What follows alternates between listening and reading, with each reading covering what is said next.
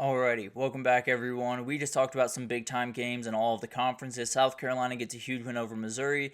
Clemson escapes over Pitt with a huge game from Cade Klubnik, and then Arizona State gets a win that very much keeps them in the Big 12 race that got a little bit crazy this past weekend, and BYU was a huge reason. They finally went down this past weekend, and we'll start with that game, and then we'll get to a number of other upsets that happened throughout this weekend. But Kansas gets a huge win over BYU. They continue just the death march that they're on right about now to ruin everyone's hopes and dreams in the Big 12. They got Colorado next week, and they still can do that. It's going to be absolutely incredible to watch that team, but overall, it was a quarterback punt that brought the magic to an end for BYU. A lot of the stuff that had bounced the way of BYU throughout this year bounced against them yesterday. The magic was not for them was not for them on Saturday, and definitely a loss that really it hurts. It puts them in a really tough spot going forward. Technically, if they win out, they're more than fine. They're still in the Big 12 championship. They still have a shot to go to the CFP.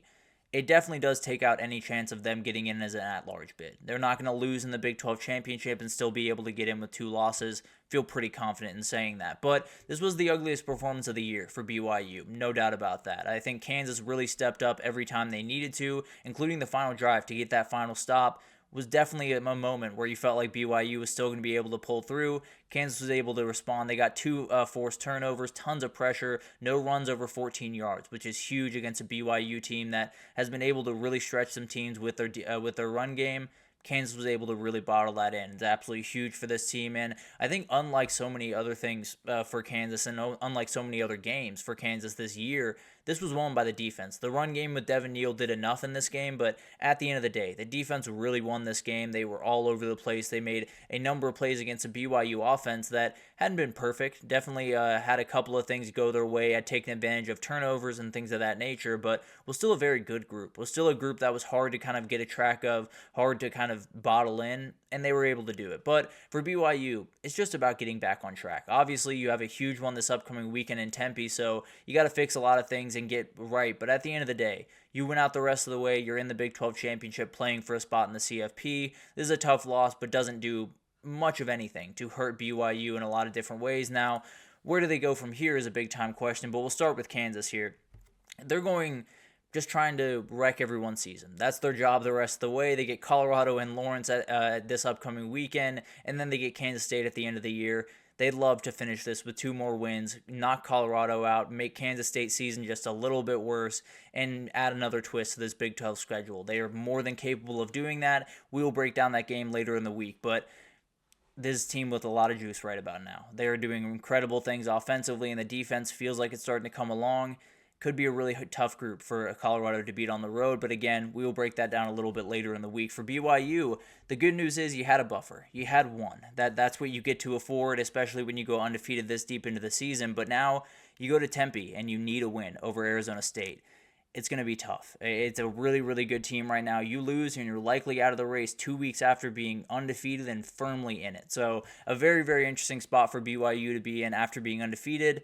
They now got a must-win this upcoming weekend. So it's going to be really interesting to watch this team the rest of the way. But a huge win for Kansas and one that puts BYU season in a weird place going forward at the very least.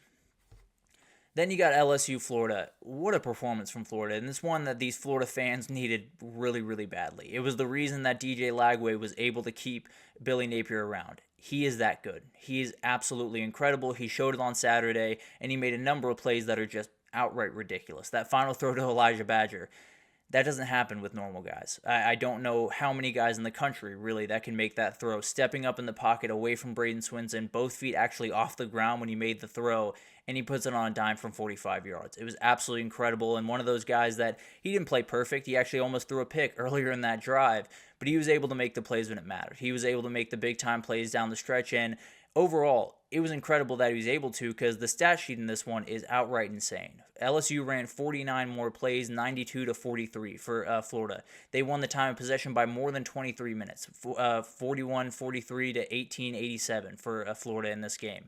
LSU only gained 43 more yards and they scored 11 less points. So gives you an idea of how efficient this Florida offense was and how inefficient the LSU offense was. I mean, they got 6 points on 3 drives that totaled over 22 minutes in the second half. That's more than Florida had the entire game. So gives you an idea of how good this Florida defense was throughout the day, and gives you an idea of just why Billy Napier stuck around. I know this team is not perfect by any means. I know that Texas game was a really tough way to get that news and then have that one come right after it, but they kept DJ Lagway out of that game for this one. They kept a lot of guys out of that game for this one, including Elijah Badger, I think. So this was a huge game. There's no two ways about that. If they were to lose this one, then some questions would start to be mounting, but they needed one of these wins. They were able to get it. Now you got Ole Miss coming in. Now you got another chance to possibly shock the world, possibly get another win, knock Ole Miss out of the CFP, and make things really interesting in the SEC. But overall, you're able to get the win. You have one coming up against Florida State at the end of the year. You should be able to go to a bowl game after all this. But overall, I think they just needed this one. I think everyone in that crowd, I think every one of those players, I think Billy Napier especially, needed this one to go through the net. They needed this win. They needed to be able to look up at the end of the game and get a win over LSU. It's a lot of momentum around that program right now. We've already seen Trammell Jones Jr., an elite quarterback, commit to them in the recruiting world. Jamie French, a Texas committed wide receiver, is starting to talk about it, and he's saying that DJ Lagway is the reason that they still have a shot. So gives you an idea of why everything happened around Florida the way that it did. And moving forward, for LSU, I don't know. I'll be totally honest. They just reset their defensive staff. That cost them a pretty penny this past offseason. They have an elite quarterback commit coming in Bryce Underwood. So I think Brian Kelly's safe. There's still going to be a lot of questions from fans and boosters, and are they happy about Brian Kelly staying? I don't know. But at the end of the day, I do think he's safe. If Bryce Underwood decommits, then maybe things change in a hurry. But as of right now, I think he's safe for the time being. We'll see what happens down the stretch, but definitely something to watch in Baton Rouge. For Florida, this was the moment. It was the moment that you needed pretty much all year, and you weren't quite able to get over the hump. You were able to do it in this one. This was a huge, huge spot, and I think it's one of those teams that a lot going right as you head into 2025. It could all come to a crashing halt in 2025 if it doesn't go the way that you want it to, but at the end of the day, this is a huge moment and cannot be overstated how huge this was for Billy Napier moving forward, and maybe that recruiting really takes off and they become a really dangerous team heading into 2025, especially with that guy under center. I'd be a little bit nervous if I was just about anyone else in the SEC. But another huge game that kind of knocked one of the fringe CFP teams, let's just put it that way, out of the contest. New Mexico gets a huge win over Washington State, 38-35, and this one over/under was set at 72.5. Barely got there, and the quarterbacks put on a show on the way there. John Napier had 25 for 36, 375, and 4 touchdowns passing, 9 carries, 65 yards, and a 1 rushing touchdown. Was absolutely incredible. And then Damon Dampier had 11 for 25, 174, and 1 passing touchdown, 28 carries, 193 yards, and 3 scores on the ground. He was absolutely incredible. This run game for New Mexico in general was absolutely incredible in this game, and the New Mexico defense does deserve some credit. Was not playing well at all, really, at halftime, and then they were down by 14 for 4 straight punts from the Washington State offense, and their team was able to make a 17-0 run and take the lead in this game. And although Washington State was able to take the lead again, New Mexico was able to come back down. Was absolutely a huge performance from this defense really for much of the second half to kind of shut down this offense for Washington State and give their team at least a shot to move forward. But for Washington State, that puts them in a really tough spot moving forward. They're obviously not going to go to the CFP. They probably weren't anyway, if I'm being totally honest, but obviously this officially knocks them out. I think moving forward, New Mexico is still a team that's playing for the postseason. They have a bye this week, and then it's Hawaii to finish it off. If they're able to get a win there, then they're heading to a bowl game, and that's a year where it didn't go perfectly by any means, but you got a big-time win here and there. You got to 6 wins. You got to a bowl game. Not much more you can ask for from that New Mexico group. Wasn't a perfect year, but definitely one that gives you a lot of hope, and Dampier is going to be a guy to watch in the portal. I'll just leave it at that for the time being. Definitely a guy to watch that could be picked up by an elite team this offseason. And then for Washington State, the crazy scenario does come to an end. It was a really fun run from John Napier and the boys, and if they're able to top Oregon State, who should be able to top them because they got shut out by Air Force this past weekend, and then Wyoming to finish, which they should, 10-2, which would be absolutely huge for this team, especially as you get into this kind of grand unknown after the Pac-12 disbanded. Being able to get a 10-2 season and at least have some momentum heading into 2025 is really big for this program. So cannot wait to see what they can do the rest of the way, and obviously what they can do in 2025 with John Napier, or is he another name to watch in the portal during the offseason?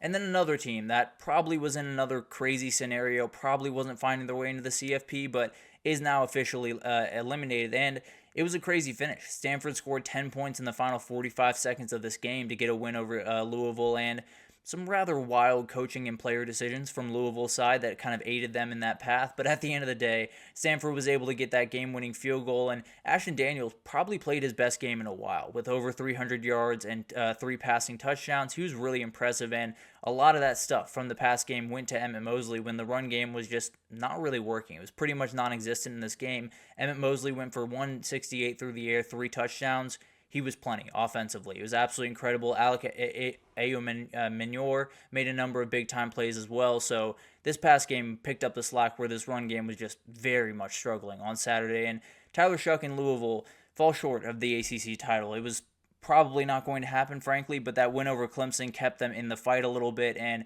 definitely would have been interesting down the stretch of the season. Now, they can finish 9-3. It could become 7-5 in a hurry. They got some tough teams coming up that we'll talk about here in a second, but they clears up the ACC just a little bit. You have those 3 teams up top. Those are the only 3 that are going to really challenge for the ACC title, and it's really, does Miami lose the rest of the way, or do they run the rest of the table? Or does SMU lose the next 2 games, or do they win at least one of them? So you're probably in pretty good shape in the SEC, or ACC, excuse me. You probably know where you're going from here on forward. We'll see what happens with Miami, but it's those 3 teams and pretty much no one else at this very moment. But where do they go from here? I think for Stanford, this could be a huge one down the road. You always need one of these wins early on in your tenure. Troy Taylor has a lot of work to do around Stanford, no doubt about that, and this is going to be just a little bit of a step in the right direction at the very least. Still got many steps to go, but at the end of the day, this is a big-time win and definitely puts you at least on a good path to finish out this season. And then you got Louisville. This one hurts. There's no doubt about that. You had a chance to get a big-time win, move on to the ACC champion, or move on at least to give yourself a shot at the ACC championship, but you lose, you let them score 10 points in the final 45 seconds. Everything kind of crumbles. And then you got Pitt and Kentucky waiting the rest of the way. Not necessarily layup games. Now, Kentucky should be a little bit easier. Pitt, I don't know what's going on with Eli Holstein if he's going to play in that game, but you got to get those wins. If you lose even one of those games, you're 8-4 after being a team that could have challenged for the CFP, and there's a lot of disappointment in that fan base. I can promise you that. But it's going to be interesting to watch those teams the rest of the way, and really, it's going to be really interesting to watch BYU. See what they do, see if they're able to bounce back at Arizona State. If they lose, that could go from an undefeated season to totally out of the Big 12 race in a hurry. It's going to be interesting to watch that, but let's take our last break here. When we come back, we just got to do a little bit of a whip around of all the other top 25 games, as well as a big-time game in the Big 12 that kept a team in the race a little bit. So we'll break it down right after this, so stick with us.